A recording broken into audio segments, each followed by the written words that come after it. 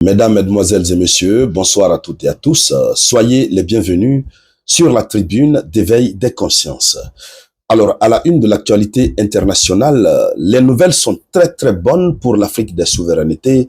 Du côté du Niger, oui, le Niger qui procède à une annonce très importante et très intéressante pour l'ensemble des États de l'AES et plus particulièrement pour le Niger.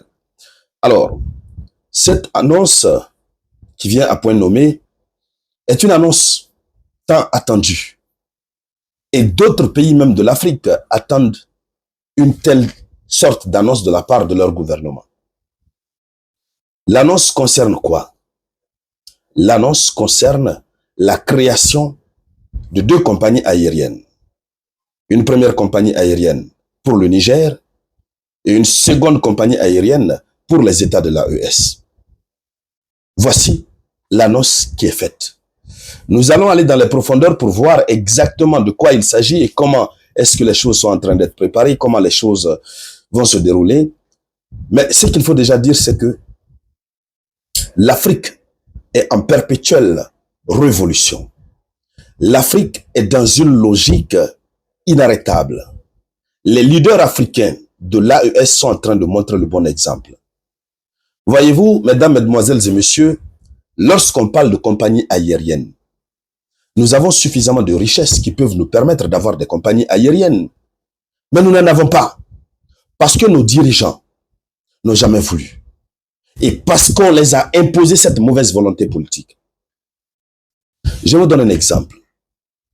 J'ai été à Dubaï tout récemment.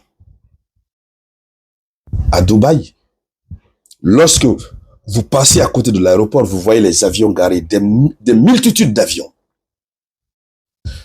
Le territoire des Émirats arabes unis n'a pas de richesse de sol et de sous-sol comme chez nous. Non. Dubaï vit à 95% ou alors 90% des ressources générées par le tourisme. Le tourisme. Mais ils ont leur compagnie aérienne. Les Émirats arabes unis ont leur compagnie aérienne. D'ailleurs, ils en ont plusieurs. Ce qui fait rentrer de l'argent. Vous partez en Éthiopie, par exemple, Ethiopian Airlines. Cette compagnie est la première en Afrique, qui a plusieurs flottes. Comment ceux-là font? C'est une question de volonté politique. Les gens ont toujours voulu nous voir en retard. Ils nous ont imposé des volontés politiques qui ne s'accommodent pas avec le développement de l'Afrique. Sinon, honnêtement parlant, nous sommes plus riches que eux. Le monde entier le sait. Mais le paradoxe se trouve où? La volonté politique de nos dirigeants. Chez moi, d'ailleurs, en République de Guinée, on avait une compagnie aérienne, Air Guinée. Aujourd'hui, à ce jour, les débats sont par-ci, par-là. On ne sait même plus où situer la responsabilité. Mais ce qu'il faut dire, c'est qu'ils ont vendu. Ils ont osé vendre une compagnie aérienne qui a été créée. Je crois que c'était sous l'ère de Ahmed Sékou Touré, si je ne fais pas erreur. Par une compagnie créée par les pères de l'indépendance, qui avait envie de doter de la Guinée ce dont elle a besoin. À ce moment, la Guinée n'avait pas commencé, notre pays n'avait pas commencé à exploiter ses ressources en tant que tel. Mais ils ont doté la Guinée d'une compagnie aérienne qu'on appelait Air Guinée. Aujourd'hui, c'est une honte totale pour nous, Guinéens, de savoir qu'aux alentours, quand vous partez en Côte d'Ivoire, il y a Air Côte d'Ivoire. Vous partez au Sénégal, il y a Air Sénégal. Au Mali, tout près, vous avez Sky Mali. Le Burkina aussi en a. Mais nous, nous n'en avons pas. Nous n'en avons pas. Nous n'avons pas de compagnie aérienne. Pendant que notre bauxite est extraite à tout moment. Ah oui? Voici l'une des raisons qui m'ont motivé vraiment à m'engager en politique chez nous en République de Guinée. Puisque nous avons vu qu'il n'y a pas de volonté politique. Il n'y a pas de réelle volonté politique. Alors aujourd'hui, lorsque le Niger annonce la création de ces compagnies aériennes, on ne peut que dire félicitations. Ce qu'il faut dire, c'est que ce n'est pas difficile de le faire. Si des pays qui n'ont pas de ressources du sol et du sous-sol en tant que tels, excepté peut-être quelques petits pétroles, si ces pays sont capables de se doter de grosses compagnies aériennes, comment est-ce que nous pouvons être incapables? Dames et messieurs, il faut que l'Afrique se réveille. Partagez cette vidéoconférence pour dire félicitations aux États de l'AES, pour dire à ton voisin africain, réveille-toi. Partager la vidéoconférence, c'est de permettre à un Africain de recevoir le message d'éveil des consciences, de se réveiller. Puisque l'avenir de l'Afrique, c'est vous jeunes, c'est nous. Parmi nous, sortiront des dirigeants de nos différents pays. Et c'est pourquoi, dès maintenant, nous devons être dans le même esprit. Alors, allons-y avec l'information officielle. Nous apprenons que c'est bientôt la création d'une compagnie aérienne nationale du Niger. Une compagnie aérienne nationale d'abord pour le Niger. Et ensuite, une autre compagnie à caractère international pour l'AES.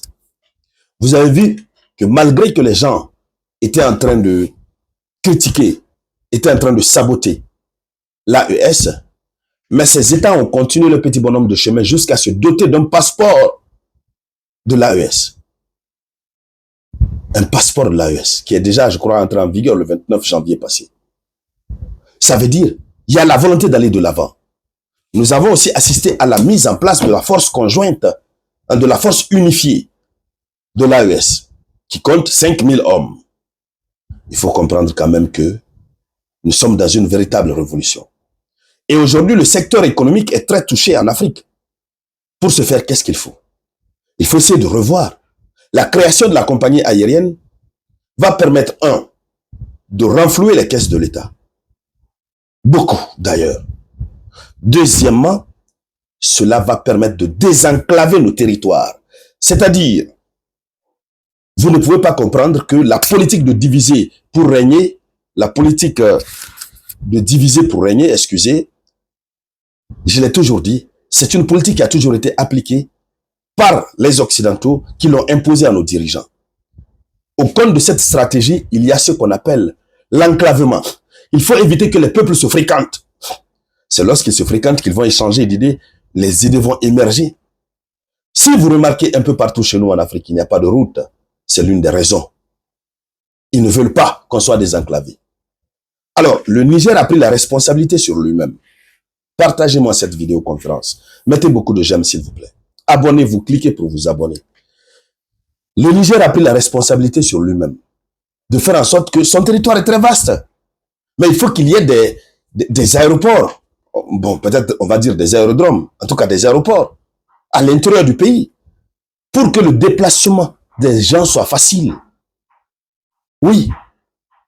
Et voici ce projet ambitieux que le Niger vient d'annoncer. Certains vont prendre ça pour de la plaisanterie, certains vont commencer à rire avec, ils vont dire, bon, ils n'y arriveront jamais, puisque la vie c'est comme ça. Quand vous décidez, le plus difficile c'est d'avoir l'idée et la volonté. Quand vous décidez, on dit, non, il n'y arrivera jamais. Mais au fil du temps, vous arrivez et ça les surprend. C'est comme cette affaire de passeport de l'AES. Personne ne pouvait penser à ça. Alors, l'annonce a été faite par le ministre nigérien des Transports et de l'Équipement. Il a dit ceci. Il dit, notre pays est très vaste et nous avons donné instruction à l'Agence nationale de l'aviation civile, ANAC, d'assouplir certaines dispositions légales afin de faciliter la mise en place de ces compagnies. Il dit ainsi, l'ANAC a mis en ligne une condition et les conditions permettant d'obtenir rapidement les autorisations de survol et d'atterrissage. Voici ce que le colonel-major Mahaman Salissou a eu à dire. Donc ça veut dire, ce projet s'inscrit dans une stratégie globale de désenclavement visant à renforcer les corridors reliant le Niger à ses États voisins, mais aussi à faciliter le transport à l'intérieur du pays. Donc, voici la précision que le ministre a eu à apporter. Chères dames, chers messieurs, chers Africaines et Africains, disons félicitations au Niger. Ouvrons les yeux. Le moment est arrivé pour nous. Le moment est arrivé pour nous de faire décoller l'Afrique. La révolution, il ne s'agit pas simplement de dire c'est vous, Occidentaux, qui êtes à la base de nos problèmes. Mais nous-mêmes, qu'est-ce que nous faisons pour résoudre ce problème? On a demandé aux Occidentaux de partir, ils sont partis. Nous sommes là désormais avec nos dirigeants. C'est pourquoi Donald Trump avait raison sur ce qu'il a dit sur nos dirigeants. Alors, chères dames, chers messieurs, Voici ce qu'il faut dire à ce niveau, voici ce qu'il faut retenir. Pour tous ceux qui sont à leur première fois de tomber sur ma vidéoconférence, je m'appelle Robert Théa. Je suis enseignant-chercheur en faculté de droit à l'université de Somphonia, Conakry. Voilà, je suis le président du parti politique qu'on appelle Citoyens au service de la République. Donc, vous êtes les bienvenus. Ici, c'est la tribune d'éveil des consciences. Je me représenterai dans une autre vidéoconférence au début pour permettre à toutes les nouvelles personnes de savoir qui se trouve en face d'eux. Merci à toutes et à tous. C'était la voix de l'unique samouraï.